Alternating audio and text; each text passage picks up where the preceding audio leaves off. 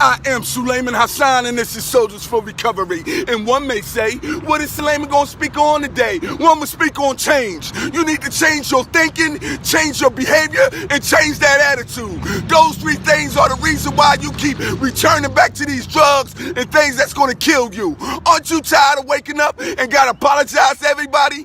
Aren't you tired of getting up, not realizing what you done did last night? See, some of us forget about all that when you got some clean time, because they done made some changes, but they wind up going right back to the disease, thinking they can have one more. Well, I'm gonna tell you something. If you don't make that change and stick to that change, the change is gonna change you. And what is it gonna change me into? You're gonna be dead. You're gonna be in that casket. Your family gonna be praying over you one day because you didn't want to change.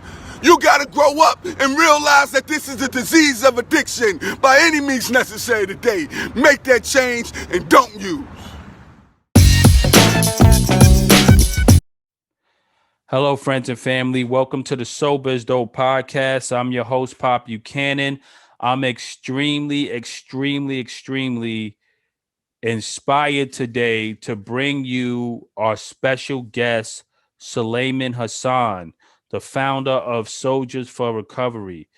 This man is the exact example of what we need more of in the recovery community. Ladies and gentlemen, this guy's an activist. He's out there all the time for the people. He is an amazing force of nature. He's not afraid to get down, dirty, close to the addict. He brings the reality of the addict to us in a very amazing way because he'll go and show you the real conditions that's happening on the street with the addiction community. And he's extremely courageous, extremely powerful force. He recently did a powerful walk where he had a demonstration for the recovery community in his hometown. I'm just inspired. You know, I do a lot of podcasts. I do a lot of outreach. I do a lot of one-on-one work, but it's rare when you see someone that's really in the streets, really on the ground, doing the hard work. And I'm really excited to bring him today. Suleiman Hassan is the founder and CEO of the nonprofit Soldiers for Recovery. He is changing the way the community addresses substance use disorder. Starting at a young age, Suleiman was exposed to the hard realities of this disease, which also led to his own battle. After numerous years of battling this disease and multiple inpatient stays, he has transformed his life. Suleiman is an active community volunteer through multiple avenues, including being a fully licensed barber. He created Soldiers for Recovery to uplift others battling this disease so they can achieve their own dreams. His main goal is to save lives, help others thrive in recovery. His main goal is to save lives and help others thrive in recovery. Soldiers for Recovery is on a mission to help those in addiction. You can help them as well by donating to their movement and saving lives. I'm a link to soldiersforrecovery.org, but you can check out www.soldiersforrecovery.org. And ladies and gentlemen, this is a real honor. I'm really excited. I'm really humbled to speak to this amazing gentleman. And I am definitely looking to pick his brain to see how I could get more involved in the streets and with the people and taking this recovery message to the actual human beings that's still in addiction. I think most of us in the recovery community that has podcasts and is doing work, we try to motivate people that's in recovery to stay in recovery. And we focus a lot on sobriety and recovery. There's before and after mentality, there's before and after picture culture. And I think sometimes we tend to alienate the actual addict. And I think we have to find a balance to where our message is addressing both the addict and the recovering addict, because there's people that's still in the darkness and they need our message just as much as someone that's in recovery needs the message. And I think Suleiman Hassan, the founder of Soldiers for Recovery, figured that out. And he's definitely a trailblazer and he's definitely on the front lines. So with no further ado, I can't wait for you guys to enjoy my talk with the founder of Soldiers for Recovery, Suleiman Hassan. Enjoy. Record button. Look, man. First of all, welcome to the Sober is Dope Experience, brother. The podcast. How are you doing today, brother? Blessed, man. God is good. God is good. God is good. I did a big intro for you. So that's gonna play. I already did that. So now we could just kick it. But first, before we start, I just want to thank you. I have to thank you for a couple of reasons, and it's important that the world hears this. There's many of us who talk about sobriety and we help the addicts who's in recovery, and we're talking about sobriety in the recovery process, and we live this before and after picture culture, and then we tend to forget about the addicts that's still in the streets and still on the ground, and they need even more help than ever. And you're one of the people that's been out there showing us the reality of what's going on, feeding the people, being there for the people, encouraging them and loving them. And it's a call to action for all of us to step our game up and to get up from behind the computers and start going back into the streets. So you being the trailblazer in that, I want to thank you and just give you big props for that, brother. Oh man, thank you. I want to thank you for having me, and I'm beyond grateful and thankful for this opportunity to be able to speak on your platform and allowing Soldiers for Recovery to, deliver a message or give some insight or answer any questions that the viewers and your viewers may want to, know what it is that I do, my background and everything else. I am so humbled by this. Like, you don't even understand, like, you know what I mean? Nah, I got it. I'm humble too, brother. From the moment, another thing is black men, it's important because it's hard. It's hard finding other brothers is like us. We're out there, but we're far in between. And when I first saw you, I was like, this is my dude. I got a link with him. When I get my whip back and this pandemic's over, I said, I gotta come find you because I'm out here in New York. I'm from Brooklyn. I do hip hop and all of that. So we in the same culture, man. It's all the same. And I was like, I got to link with you. So that's exciting. But what I want to talk about is I want to talk about you, your story. How did you get sober, clean? What was your drug of choice? What's your origin story? If you could just let us know how you, from the beginning and, humbly how you got to this point, we'll love to hear your story, bro. Okay, well, oh man, how much time we got? We got the whole hour, brother. So, Bless. yeah, Okay. yeah. So all the viewers out there, how's everyone? I hope this message reaches everyone that is suffering with addiction openly, I'm a little nervous, and in silence. But my name is Suleiman Hassan. I grew up in West Philly. I'm from a family of nine kids. My mother had 6 girls and actually 3 boys, but one of us passed. My older brother had passed. My father was an addict, a heroin addict, alcohol abuser. My mother was an addict. She was a crack cocaine addict as well as an alcohol abuser. Growing up in my home, my mom kept it solid, for the most part when her and my father was together. But my father would get drunk, black out, and beat the brakes out of her. Oh, so growing up in a hostile home like that, it was well hidden, but at the same time, seeing your mom with black eyes and bruises, it really struck a chord in me then. A lot of people don't know your addiction starts when you tell the first lie and when you realize you can get away with it. Right. Going to school, I'm sad. I was a sad kid, because after my mother eventually got the courage to leave him, at that time, my mother wasn't using. She wasn't using. He was. He was an active alcoholic, drug abuser, heroin addict. And one day my mom got me and my older brother, and she's like, yo, put some clothes on. We getting out of here. And I can remember the day like yesterday. My father went to work, and my mother left 7 kids in the house, and me and my brother went with her, and we had to run out the back door and climb a fence. Mind you, I'm like 5 years old, Wow. you know. Wow. So the trauma, Right. you know, at 5 years old, that a lot of you know, kids, not just me, go through. It all leads up to us using, but we wound up in the shelter. Us and 8 kids, my mother and 8 kids, and we stayed there for about a year and a half, and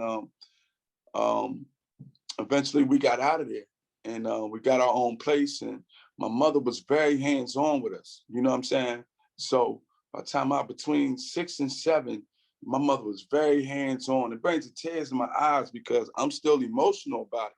Right. Um, Right. Damn, man, she used to like, and look, I'm 41. Me too. I'm Me 41. too. Me too. Me too, Yeah, man. brother. Right. And I'm letting y'all men know it's okay to cry. Right. Right. And It's a safe it's space, okay to brother. let this stuff out. Right. You Right. know, things that happened to you that was beyond your power, let that shit out. Right. And Amen, brother. as I sit here, you know, it brings tears in my eyes because my mother was very hands-on with us. Like we planted, you know, flowers. We had, you know, she kept us like locked in. You know what I mean? She Right. kept us sheltered. And we used to plant flowers. We had breakfast, lunch, and dinner. You know, everything was structured. You know, we sit down, we sang songs, and it was a home. It Right. was a home. And that was the only time in my life that I felt, you know, that I could get by like trauma and all. I didn't, you know, that me hopping over that fence and stuff just went away because I had my mother. Right. Right. I had my mother. Right. Then one day, you know, mom got lonely, you know, it's lonely out there. She met my stepfather. All I remember, the man come to the house, and a year later, you know, we had a big house, like one of them Brooklyn brownstone joints, Right. 3 stories, man. The house was big because she had 9 kids. You Right. know, you would around and play tag in and get lost. But once she met my stepfather, a year later, we downsized from like a 9-bedroom house to, I believe, a 4 or 5-bedroom house. Okay. And from there, it was all she wrote. I went from not going outside at all to going outside, coming in 2, 3 o'clock in the morning. Mm. All the rules went out the window. My mother became addicted to crack cocaine, which was introduced to her by my stepfather. Okay. That's where the trauma. Right. Going over to neighbors' houses with notes on my shirt because we don't have no food. I went from, you know, having breakfast, lunch, and dinner to eating out of dumpsters. Damn. Damn. As a kid, Yeah. I lived right behind the supermarket. The truck, the people that come deliver the food would sit bread and food on the wall, knowing that the lady across the street was on crack cocaine and had 8 kids.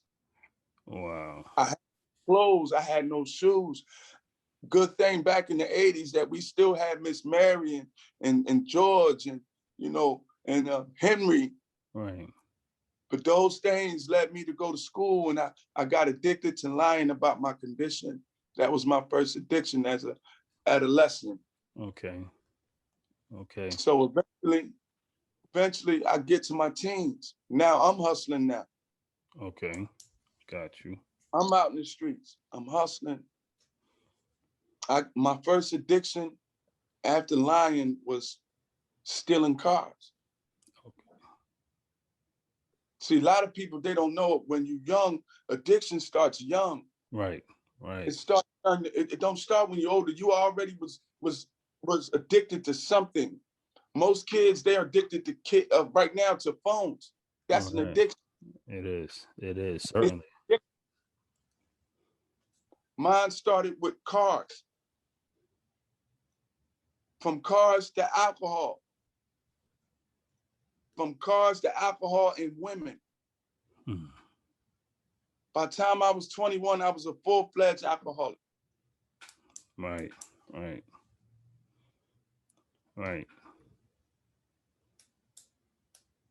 spent 3.5 years in jail due to car theft, grand theft auto. Even in there, I was drinking mouthwash. Damn.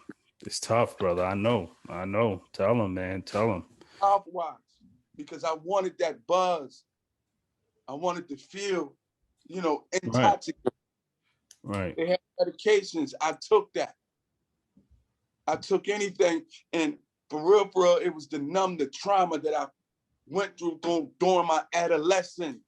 Right. Now that I'm grown now that I went and got therapy, went and got help, went into rehab, sat down with the psychiatrist, now I know why I did all these things. But back then, me not knowing, being ignorant that I'm an addict, being in denial that I was an addict, I didn't know that I had to face all these demons. So I'm in there, I'm in jail, I'm taking everything. Right. Everything. Right. Got home, I drank all through my 20s, man. Yeah. All through my 20s, of the blackouts, waking up, not knowing where I'm at. One time I woke up, I'm down the waterfront. I don't even know how I got there. I got hit in the head right here. Wow. With a pistol. Yeah.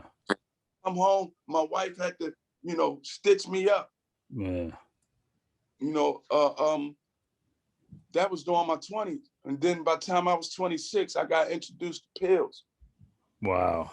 I got in an accident. I got in a fight with my,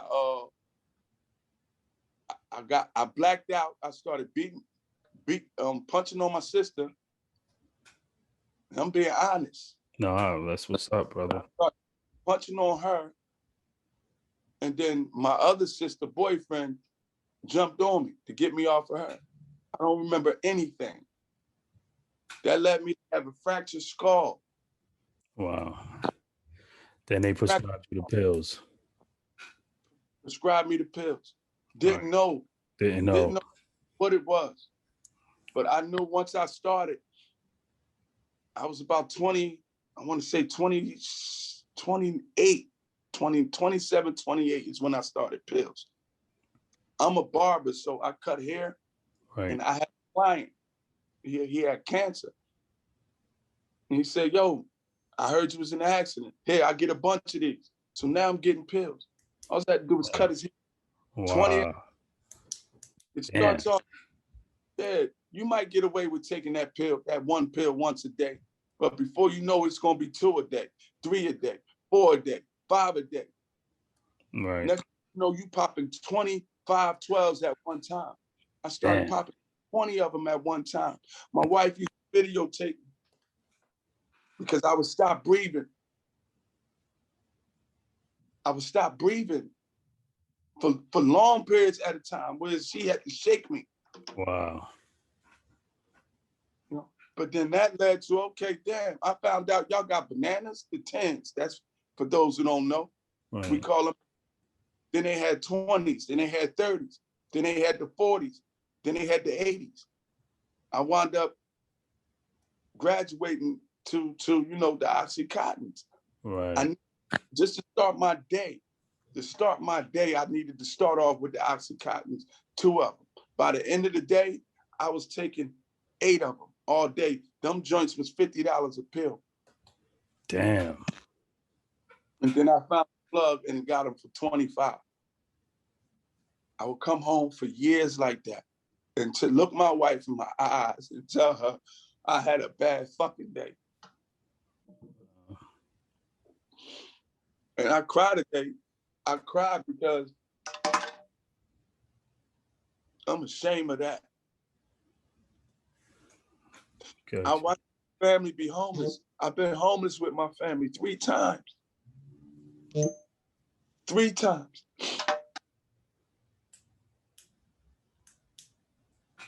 3 times with my family. I stayed in the streets. I stayed at the mosque. I stayed where I could, and I still didn't stop getting high. That addiction is no joke, man. These companies set dudes up for failure with those pills. Your story echoes like millions of others, man. So like, I know how you feel, but you gotta like that shit was beyond your control to a certain degree because we didn't even know the science, man. Those pills is devastating. Totally, but then I had a client. He like, yo, you spending too much money, man. And he kept cracking at me for like a year and a half. I'm like, nah. He like, listen, all you gotta do, I'm telling you, man, you get some heroin, man. Yeah. You know what I mean? Right. Then one day he come in there, my pill connect went down to Baltimore. He come in and I'm cutting, but I'm starting withdrawal. Like I'm going through withdrawal. Right. I'm in pain, I can barely move. He look, he sit down, he like, I see you over there going through it, Shay. I got something for you. And I'm like, no, I'm all right. You know, I'm playing it off. No, I'm cool. That same breath that I said I was cool, I said, let me get that. What I got to do? Because I'm not doing no needles. He said, you ain't got to do that. All you got to do is snort it. Okay. I went in the bathroom, snorted that bag. It was the best feeling I ever felt in my life. See, I ain't one that's going to sit here in front and act like I don't love the drug. Because I do. Gotcha. I do. I'm not going to say I hate heroin. No. I love how it made me feel. To the extent that I gave away everything of my life. I gave away 3 years of my life to that thing. 3 years straight. Straight. I love how, and I still love it to the day. But guess what? I love me more. Amen. Amen, brother. I love myself more. I love it, but guess what? I don't love what it did to my life. Correct. So I do what I do today to stay reminded. And that's just a brief story. I didn't want to go too far. Nah, man, that's beautiful. Let me ask you this, man. Well, one, thanks for your honesty, brother. And your story is going to help a lot of people because, you know, we have a lot of people in the podcast that have to deal with the same thing with the pills. And, and then it's usually that same narrative. It becomes more affordable. They get on the heroin. Then it's a whole other problem, right? So how did you get, like, what was the catalyst in your story that led you to get to start to get withdrawal, the help, like to get clean? How did you start to get clean? Well, for me, like I got clean in 2013, July 25th. But for a lot of people don't know this. You may know this.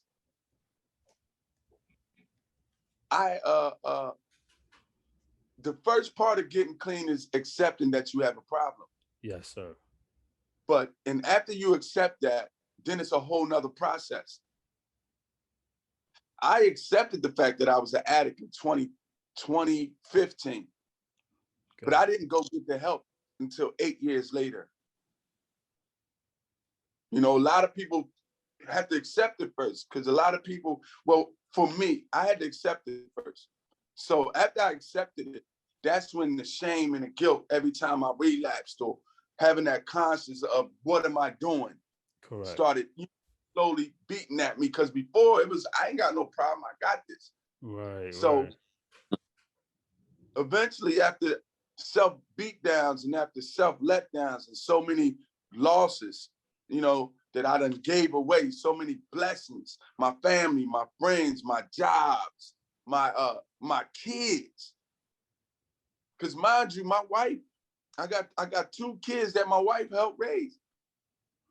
Me and my wife got 1, but she helped me raise 2 kids during my addiction on her own. God bless her, man. So what led me to that rock bottom, I got honest. It goes back to being honest. I stopped praying for myself in a way that I was saying, God, I won't do it again. God, give me one more chance. One day I got down, you know, and I said, God, I'm not going to stop. I changed my word. And so those that are watching this program, you got to stop lying to yourself. Amen. You lying to yourself and you lying to God. I stopped lying. to myself, and then God said, God, and I'm giving this prayer out because this is what I want all of you to do that's struggling with this disease. I said, God, if you got something good for me in life, if it's anything good, if I got a shot to go on to paradise, if I got a shot to getting everything back plus more, God, please, please, can you take this away from me, because I'm not going to stop. I'm going to kill myself. I said, if you, because I'm not, I said, I apologize for saying I'm going to stop. And then I stopped, knowing deep in my heart that I'm not going to stop. I got honest. And when I got honest, I didn't stop. It ain't just happened overnight. It took me 3 more months. I got up out of bed and God answered my prayer. Wow, boom. I got up out of, listen, man, I got up and I was working, because I had stopped cutting hair because I wanted to do my program. Right. You know how that go. You know, That's I want my thing. No, I'm gonna just leave the area, stop cutting, because it's the barbershop. It's the barbershop. right. And the people there. I go up and become a security guard at the welfare office. And so I get up out of bed and I would start putting on my clothes. And every morning I would hit my wife up. My wife know, like, yo, I need 20 hours to get to work. She knew I was lying. Right. But you know, I got to get moving. Right. And I woke up that day and I sat on the side of the bed and I said, I'm done. Oh man. I said, I'm done. Amen, man. And I ain't looked back. Oh my God, that's crazy, man. That's so dope. It ain't been easy. I know. I did not look, but God took that burning desire for that moment. He took it away. He answered my prayer, and I knew it was from God. And to this day, I know it's from God, and I'm not playing with God like that. Nah, we can't. We don't do that here. We love God. God is no playing with God. Listen, listen, let me tell the viewers something, man. In the course of me being clean, my son got shot 3 times. I just buried my daughter's mother last week. No, 3 weeks ago. I lost friends. Thank you. My uncle died a day after her. Damn, man. Me and my wife went through some rough waves. And I did not use. Amen, man. That's what's up, brother. See, what you have to learn is blame the drug. If anything good happened, blame the drug. See, sometimes when stuff good happens, we get excited and we want to go celebrate. No, blame that drug. Blame, man, this is happening because of the drug, because I could have been did this. See, I done trained my mind. Nice. I like that. You flipped it. Good and bad. Right. Damn, like me talking to you right now, I could have been did this. This makes me hate the drug, even though I still love it. But it builds up that psychological thing. Right. The mental disorder Correct. that we have. And when things bad happen, oh, this only happened because of the drugs. Right. Correct. You know, so when death comes, when life show up, I don't think about this. I think about being focused and sane. And I've been through so much since I've been sober. You won't even believe it. But I love it. For some sick, crazy reason, I love it. I love it. I love it. The good and the bad, I love it. Come on, bring it. Bring it, right? Bring it, right? If I can show up. You're a powerful human being, man. So let me ask you this. Now, so you went cold turkey? No, I went to rehab. Okay, beautiful. I went to rehab. I learned about my disease. Good. Got down. I got therapy. I talked to the psychiatrist. I've been to 1 rehab. I've been in detox like 10 times, but I've been to 1 rehab. And that's all it took. Ladies and gentlemen, I hope y'all hearing this. This is important. You and my story overlap perfectly, man. I got on my knees, gave my life to God. told God I was done. I was burnt. I said, God, I don't want to die. Through my Hail Mary, somehow that propelled me to go to detox, went to rehab, stayed there for a year. I wanted to learn everything about my addiction and me. And the thing that you said that most Yeah. people always leave out is the therapy, right? You can hear me well? You can hear me well? Yeah. Yeah, it's the therapy, brother. It's like going to that therapy, doing that while I was doing the addiction, going to AA, praying, working out, learning how to meditate, eating well, taking life seriously, and getting serious, learning to grow up, man. It was the most liberating thing, but it couldn't happen if I didn't get on my knees and literally keep it real with God. Like Right. with that one prayer, you can't bullshit in that moment with God. You have to be real. You got to And be real. Mm-hmm. right. And that's what I love about what you're saying. And I'm glad you went to rehab. I'm glad you went to therapy. How long was you in rehab for? I was away altogether for like 36 days. 36 days. Wow. 36, 38. 38. Right. Hold on. Yeah. Let's see something. Hold on. You can hear me now? I can hear you perfectly. All I right. can hear you perfectly. It was some cracking, so I'm gonna just do it like this. Yeah. So the 30 days, all right, boom. So we got you for 30 days. So then now, after rehab, what was the first course of action? You get out of rehab, you brand new, you got the shit out your system. Where was your mind at?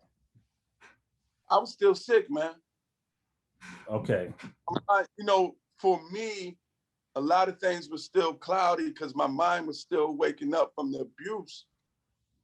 But I know I didn't want to go back and use. So the first thing I did was call my sponsor, and a lot of the way I roll is old school.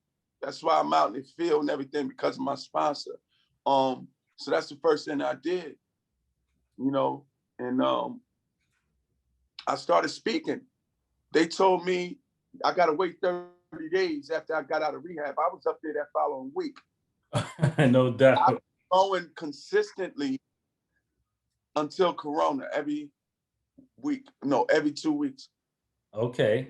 Or every week. It's been a minute because Do you do the online? It was an NA. I was going to the rehab, so it's NA. It's everything. Oh, it's everything. Yeah, you take what you could get, right? That's what I be doing. I went right back to the same rehab I came out of. Right. A week, 7 days. Yeah. And we've been speaking there ever since. That's amazing, man. That's amazing. So that's how so let me ask you this. From speaking, that's what sparked Soldiers for Recovery. How do we get to the point to where you're trailblazing and helping all these people? I wanted to do more. I wanted to reach more people. And it's funny, I didn't know how could I do it. And I was inspired by a few people from the city. Guy, everybody know him now, Wallow 267. Yeah, Wallow's doing some things, man. That's what's up. That's my brother's Selly for 5 years. My brother. But anyway, I don't like. That's my brother, homie. Like right. He don't. The way he roll is how he roll. Like right. Right. But anyway, I watched this video. Yeah. And you got the world in your hands, man.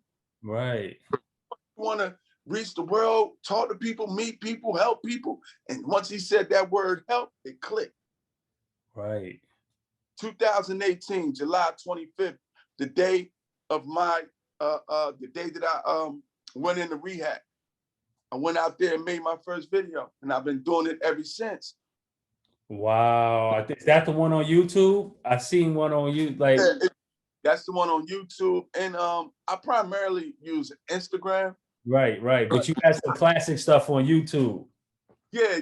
I got some old stuff on there. I was loading some. I need to load more, but yeah, that's what started me. I started in 2018, July 25th, the day I went to rehab. I was inspired by him, and it's another brother, B McFly. Okay. Got to reach out to that brother. That brother, he got a story, man. That's what's up. I will. I will. Down, tap into him. I watched him too because he started the same year as I did, Yeah. but he's you think I'm something. Yeah. He's a different kind of energy. And so I was primarily inspired by those two to to bring what I'm doing to social media, because I was not afraid, but that thought, what people gonna think. And then I just realized, man, it ain't about what people think. It's about helping myself first. Right. Right. And it's gonna help others. Right. Right. So I just go. You got to go. And you know what? Service in itself is one of the best things to keep us clean and sober, brother. The service of others. Like, I do this whole thing because I remember the darkness. Like, it's no way I forgot the crazy, twisted shit I did. And Hey, that's the key. you got to remember, people forget that shit and they sleep on it and they think they just go out and play games. And then they get jammed up. So, listen, every time. That's why I do what I do. right. I'm not scared, but I'm scared of that. Right. Yeah. Yeah. Cause we can't, like, I feel like if I fuck up, I'm gonna die. I don't want to die. I can't go back with that shit. I can't live that life. And I love how you show us you go right where it's happening. That gotta be the ultimate reminder of where you don't want to be, because you seeing people going through it. Your town, what town is it? Philly or Baltimore you're in? Philly. You're in Philly. So we neighbors, man. Yo, in New York, I can't, it's no place where you could see the addiction that real, like how you show it. Like, what's going on out there? Like, why is people all on the street? What's that block you show where it's just people laying out on the floor and all that? That's they call it Kensington Beach. That's in Kensington Beach. Is located in North Philly, under the Market, Frankfurt L. Whenever you want to come down, we go up there, man. We can get some video, and I take you on a tour. It's an area in North Philly where the mayor, Right. I'm not scared to call names. Mayor Kenny. Okay. Got Mayor Kenny. You got the senators in that area. That area is hands off. Nobody want to touch it. I mean, they don't want to do nothing. They making too much money not doing nothing. That's crazy, man. Got a place up there. It's called Prevention Point, where Governor Ed Rendell, I don't know if he's still a governor, but yeah, I'm calling your name. I'm not scared of you. I only fear God, homie. Amen. Amen. He sits on he owns he either owns the program or he owns the building, and the mayor of Philadelphia he's one of the members of the board. They get $40 million a year off this building, off this allegedly program to help save people. And it sits right in the thick of all that.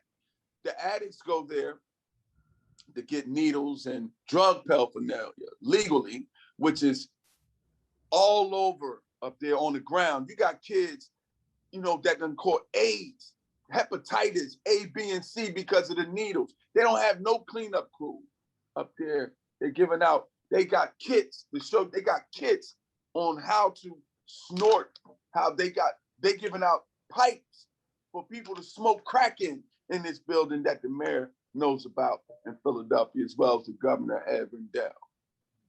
That's insane. So it's a money game. It's a money what game. They're doing, they letting it run down up there. So another kind of people can come up there and buy everything up. Right. Some form of gentrification or something like that, right? Absolutely. But they're sacrificing Black and brown babies. Oh, man. That's the sacrifice. Because yet you got condos being built 3 blocks away. That ain't for us. Right. That ain't for the community. That's crazy, man. So that in particular area is not just infested, it's beyond that. They call that the Mecca. The Mecca, the Mecca. They call that the holy land of heroin. People come from across the world to go there because you can get high freely, openly. It's just like it's just like, what you call that country where people go and get high and do all kinds of Canada. one of them places. Yeah. Got people Yeah. from California. Oh yeah, the Amsterdam or one of them. I know what you're talking about. There Yeah. you go. You got people from England, London, Paris, Canada, Jamaica. They all come there Just to use. just to use. That's crazy. Nobody, the news don't cover this shit. Nothing. No police. Nothing.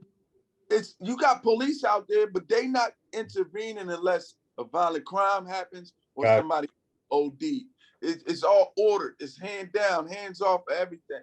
Cop right there. I heard of a story of a cop helping an addict shoot the needle in there. Oh my God, man. Do they label this under harm reduction and then use that as an excuse to give these people all of these paraphernalia? There you go. You hit the nail right on the nose. Right. That's when harm reduction goes too far. Yeah, it's disgusting, man. So my thing is to continue to help, man, the best way I can.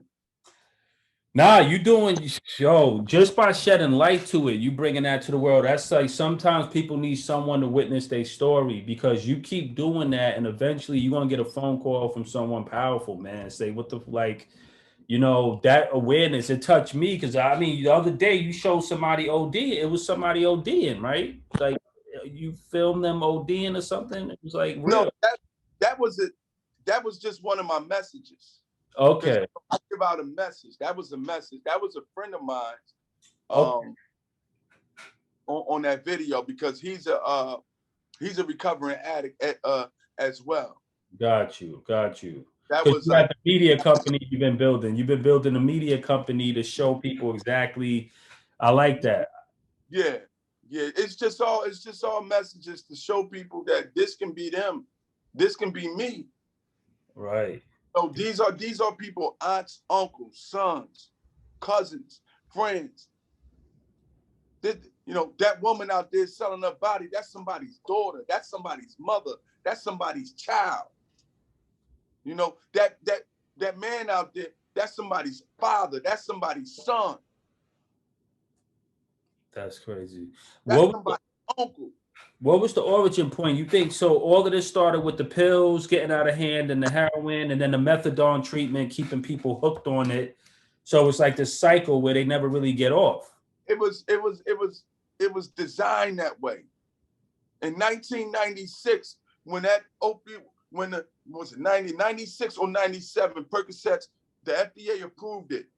Right. See, the rabbit hole run deep. They approved it. What happened next? 9/11.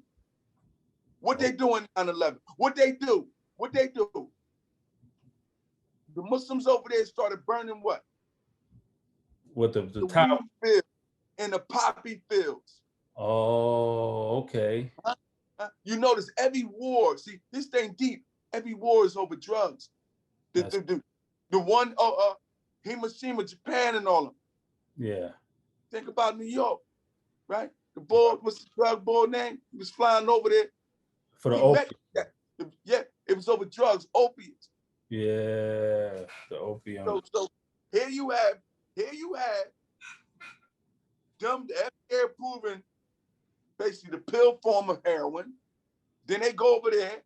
They were ordered not to stop the oil from burning. You stop them from burning the weed fields and the opiate fields in Afghanistan. That's crazy. Now, once they seize that, they already approved the joint in 97, 1 or 2 years.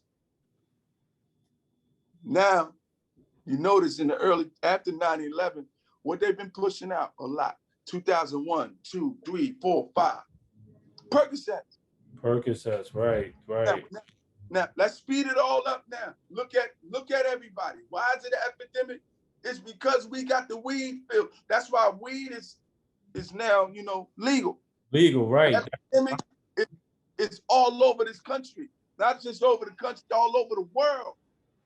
It's no coincidence. This stuff was planned and designed. That's why the company that's responsible for the 512, they got to pay that $50 billion lawsuit.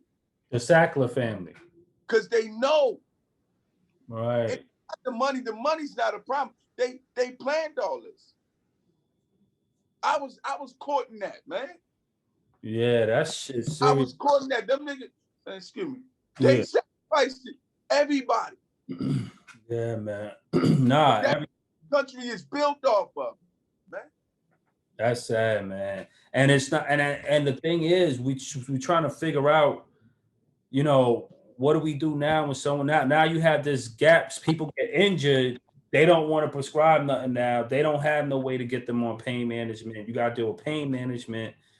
Then you got the people who's already hooked from the pain management. These are anyone. It could be any moms that, like you said, like you hear horror stories of just people having to do heroin by default because they're in so much pain, but these drugs got them all messed up.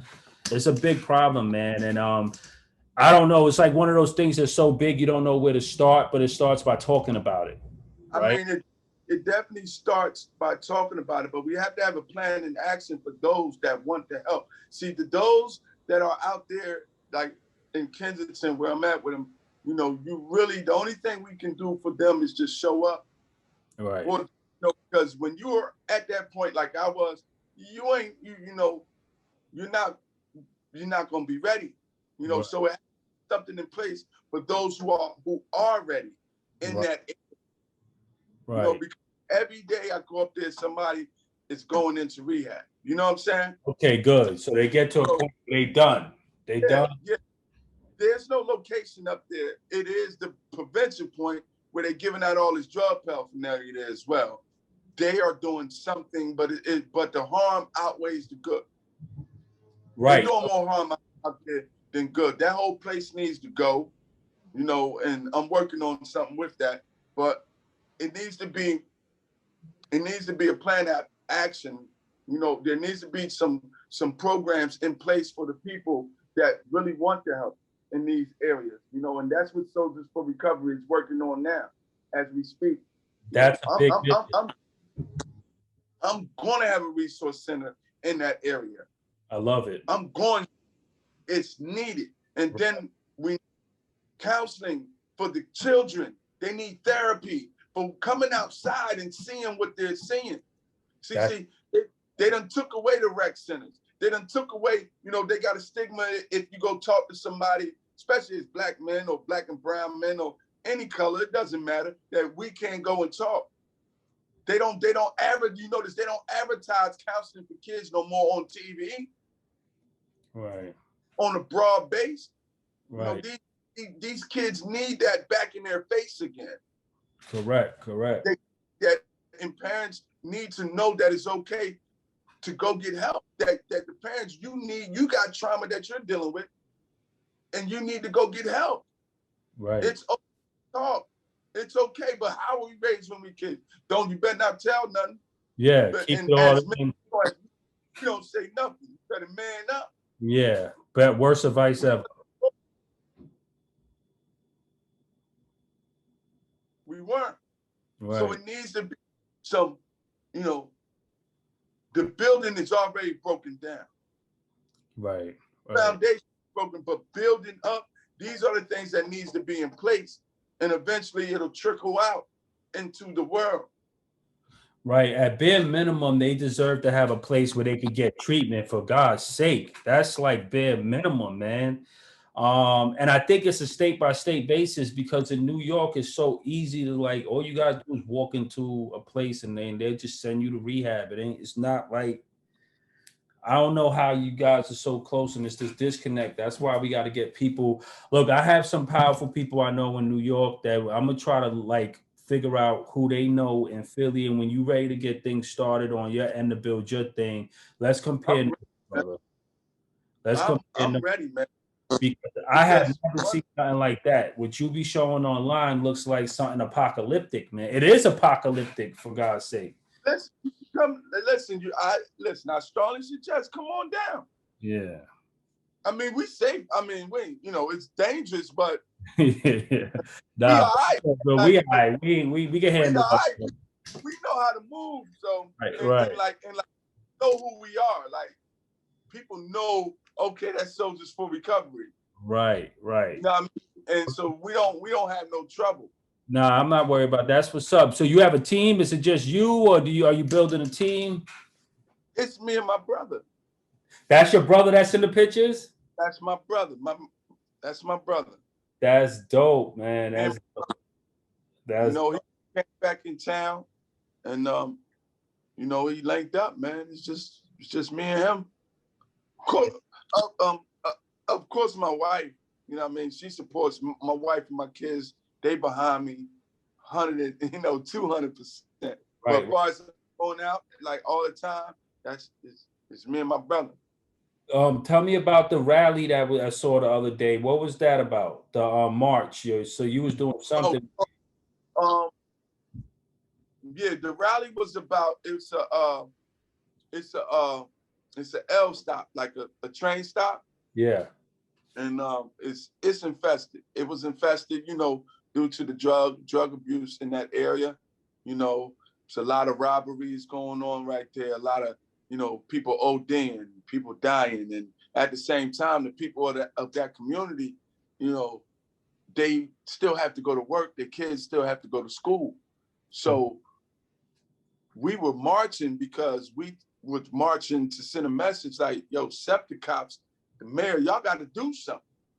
Like, why shut this down? Why do this community have to suffer because y'all not doing your job with the addicts and the drugs that's going on within the community?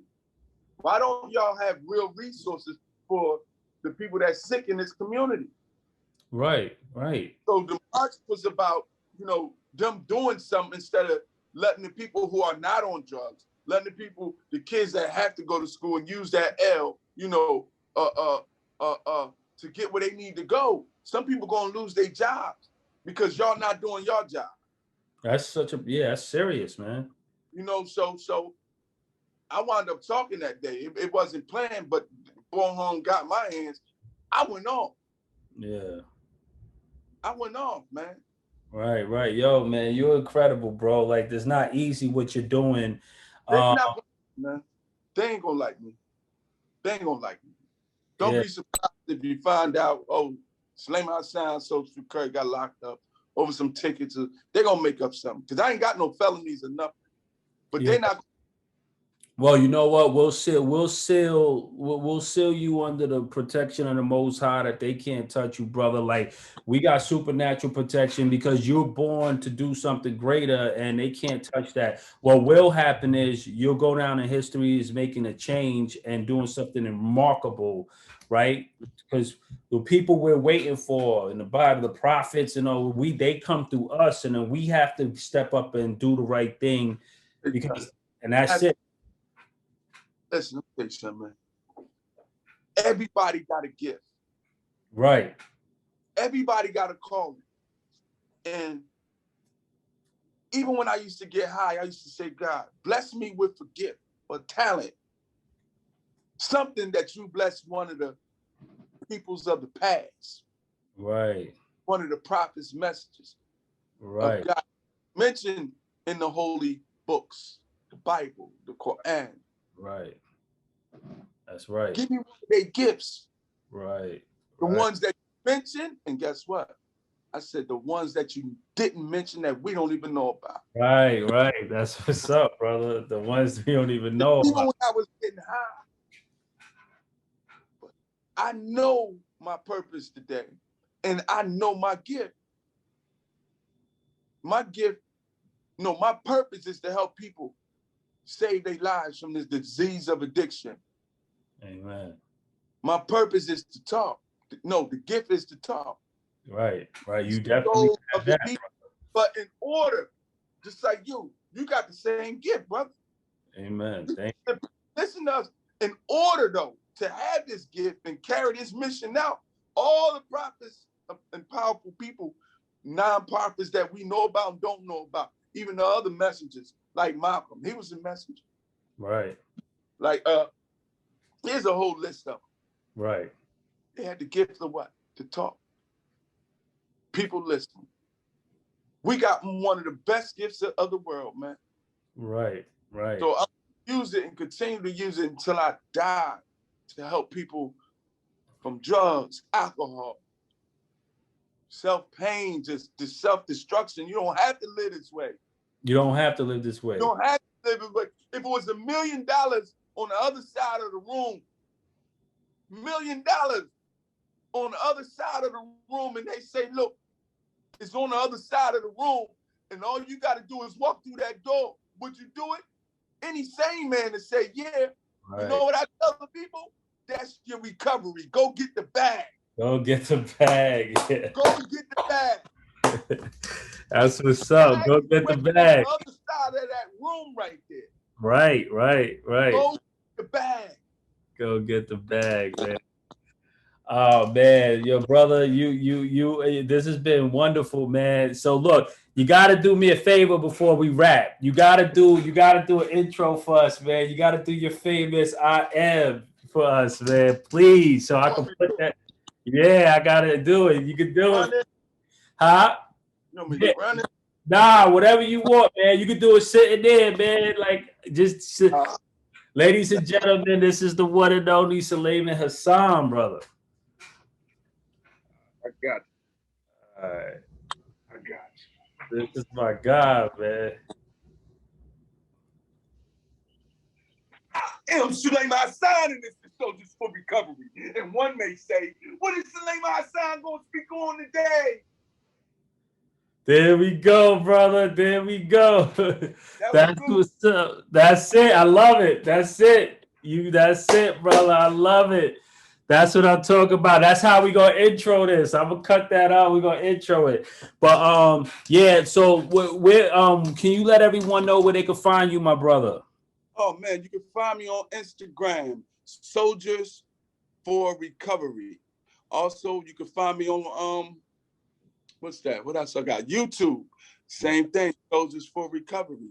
And can you tell us about your donation program and how important it is to continue to donate to get the help for helping the people in Kensington? Okay. Absolutely. For donations, monetary donations, you can go to my Cash App. It's SULHASSAN 428. Every Monday I go out. I use the donations that are given to Soldiers for Recovery to buy food, supply clothing, and toiletries. Donations are always needed because people always need things, and they are greatly appreciated when Soldiers for Recovery show up and we blessing them. And if you want your prayers answered, you got to give, because I'm praying for you guys to be able to help others. And God loves those who help others. So every Monday I go out to these places in these areas to help men, women, and children. If you want to learn more about me, you can go to Soldiers. Go to @helpsoldiersforrecovery.org. That's my website. On my website, you will find out. You can read up more about what I do in the communities, not just in Philadelphia, but around surrounding counties as well. If you would like to get motivation for the day, you can, like I said, you can go to Soldiers for Recovery on Instagram. Every day I'm on there giving out a message. And if you don't have Instagram, guess what? I'm on Facebook. So you can go to Soldiers for Recovery on Facebook. And you can find me there every morning. There's a nice message on there for you to help you, get by through the day, or just to give you a reminder. Or if you got videos yourself, you can hashtag Soldiers for Recovery, and it'll go to the Soldiers for Recovery hashtag as well. Dope. So if you want to, add to the purpose, you can be a part of that as well, because the people need you, and like I always say, Soldiers for Recovery, I don't own it. God owns it. And if you want to be a part of God's work, join the team that God created called Soldiers for Recovery. I love it. Ladies and gentlemen, friends and family, as promised, this guy is the real deal. I wouldn't lie to you. You know, I love y'all out here. There's people on the front line really helping addicts and people that's in trouble in real time. As we close out, remember, never forget the darkness. That's the one thing. Don't lie to yourself. Have courage, be courageous, and go get that bag of recovery, right? That $1 million on the other side of the door is your recovery, right? Yeah. Brother, I love what you're doing. You know, thank you. You really inspire me, man. And I'm so happy we was able to link today. And I really appreciate you. You could close out with any final blessings you want to give to the community, and then we can wrap there. All right, one more thing I meant to add. Something else is it's going to be Soldiers for Recovery Kids coming soon that I'm putting together. I think it's going to be great. You know, it's going to be for your kids and to help them cope with the trauma and everything else and bring laugh, joy, smiles to their face. But I really want to first thank you, brother. Thank your platform, your viewers, the Sober's Dope platform. I've been watching you guys, and I this is like something that I could never expect happen. So I want to say a prayer for you. Thank you, bro. And if you guys are, you know, say a prayer with me. Dear God, please protect this young man in his program. Grant him success in this life as well as the next. Allow his message to reach across the water, and help lives of people that we never met or seen before. Let Sober's Dope reach across the continent and get across on TVs and movie screens eventually to reach the people that we cannot see, because the people that we cannot see are the most infected and need this help. And all praises. Amen. Amen. Thank you, brother. Much love and peace. That prayer right back to you. May God bless you. May you be sealed, and may no harm before us ever. Right? And we go out and do the good word. I'll holler at you. God bless you, ladies and gentlemen. You're listening to the Sober is Dope podcast. I'm your host, Pop Buchanan. That's a wrap for our episode with Soldiers for Recovery. I love you all, and I'll catch you on the other side. Hold on, my brother.